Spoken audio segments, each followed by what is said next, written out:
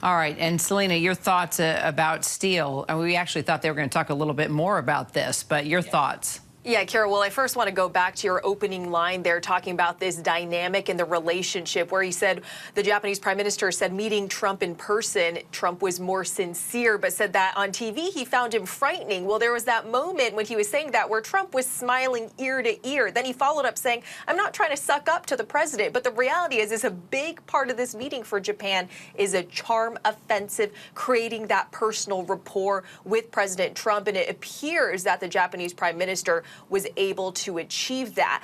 He even said at one point that if the U.S. puts tariffs on Japan, if it's mutually beneficial, then it's okay. But of course, the Japanese came into this meeting wanting to avoid the start of a trade war, wanting to avoid any tariffs, and also wanting to guarantee those security commitments. Now, Trump did make news there about reciprocal tariffs, saying that he would have an announcement about it next week, saying that countries need to pay up, that it's only fair if that all countries are treated equally and that the U.S. gets their fair share of all of this.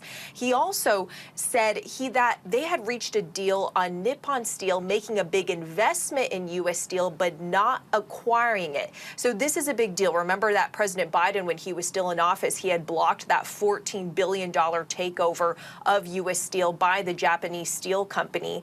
And that was very much something that the U.S. Steel did not want. Nippon Steel did not want that. But Donald Trump at the campaign trail, he had also vowed to block that deal. But now it appears that both sides have reached an agreement that this will be a major investment rather than a takeover, which politically is also not palatable. You also heard the Japanese prime minister confirming that as well. And sources tell me that yesterday the CEO of U.S. Steel was actually at the White House.